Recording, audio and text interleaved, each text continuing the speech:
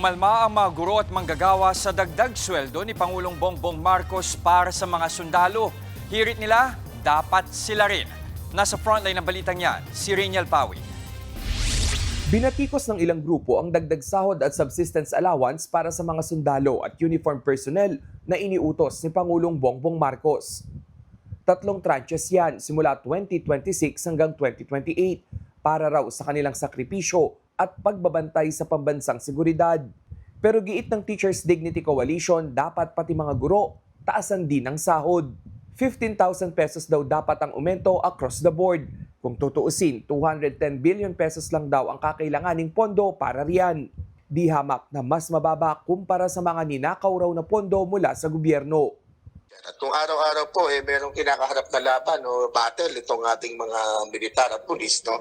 Bay lalo na ngayon, mas malaking kalaban natin yung kamangmangan, pagbaba ng critical thinking, no? At ito yung kailangan nating talunin.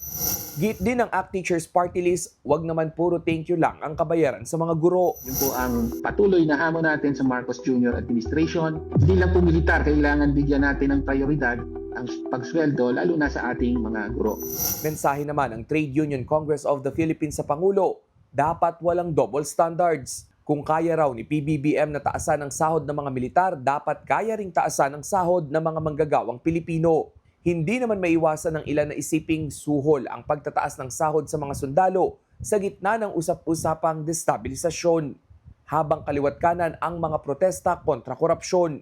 Bago kasi ang dagdag benepisyo, sunod-sunod ang naging engagements ng Pangulo kasama ang mga militar. Pero giit ni Yusek Claire Castro, walang halong politika rito. Sadyang deserve lang daw ng mga sundalo ang aumento. Ang pagkilala po sa mga kasundaluhan natin, hindi po ito nababatay kung ano po ang nangyayaring ingay ngayon. Mga political noise. Kung nararapat po silang bigyan na mas magandang ayuda, pagtulong, kailangan lang naman din po nating bigay dahil ang kanilang sakripisyo po sa bayan. Buhay po ang nakataya sa kanila. Nagbabalita mula sa frontline, Rainiel Pawid, News 5. Mga kapatid, Jess De Los Santos po ang inyong kasangga sa paghahatid ng balita para sa may alam at may pakialam. Para sa tuloy-tuloy na makabuluhang balitaan, mag-follow at mag-subscribe na sa social media pages ng News 5.